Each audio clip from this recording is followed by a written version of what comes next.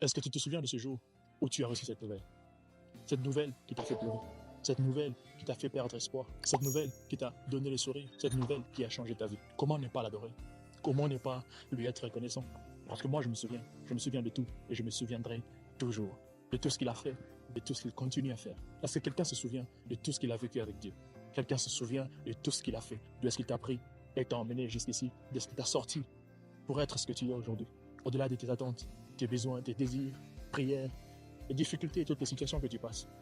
Si tu pouvais juste te souvenir, regarder dans le rétroviseur de la vie et dire merci.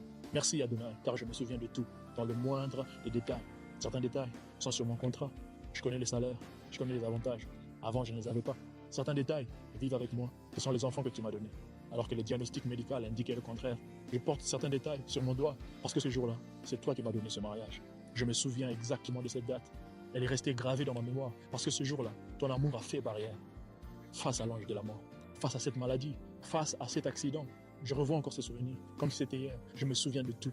Comme le psalmiste dirait, mon âme bénit l'Éternel et n'oublie aucun de ses bienfaits. Mon âme loue le Dieu de la Bible, glorifie-le parce qu'il le mérite. Mon frère, ma soeur, que les réalités du moment ne te fassent pas oublier qui est ton Dieu et de quoi il est capable. Que la réalité du moment ne te fasse pas douter. Que la réalité du moment ne te fasse pas perdre espoir. Prends le rétroviseur de ta vie, trouve, regarde, puise dans le souvenir et trouve quelques mots pour lui être reconnaissant. Car la reconnaissance ouvre la porte à plus de bénédictions, ouvre la porte à la multiplication, ouvre la porte à plus de miracles. Jésus se retrouve face à 5000 hommes avant de performer le miracle de la multiplication que nous connaissons tous, 5 pains et 2 poissons. Il a rendu grâce à Dieu. Il a dit merci.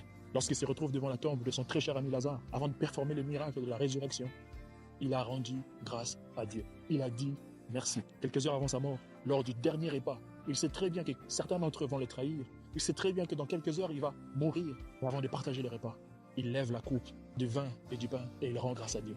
Car être reconnaissant, c'est l'attitude qu'exige notre Dieu.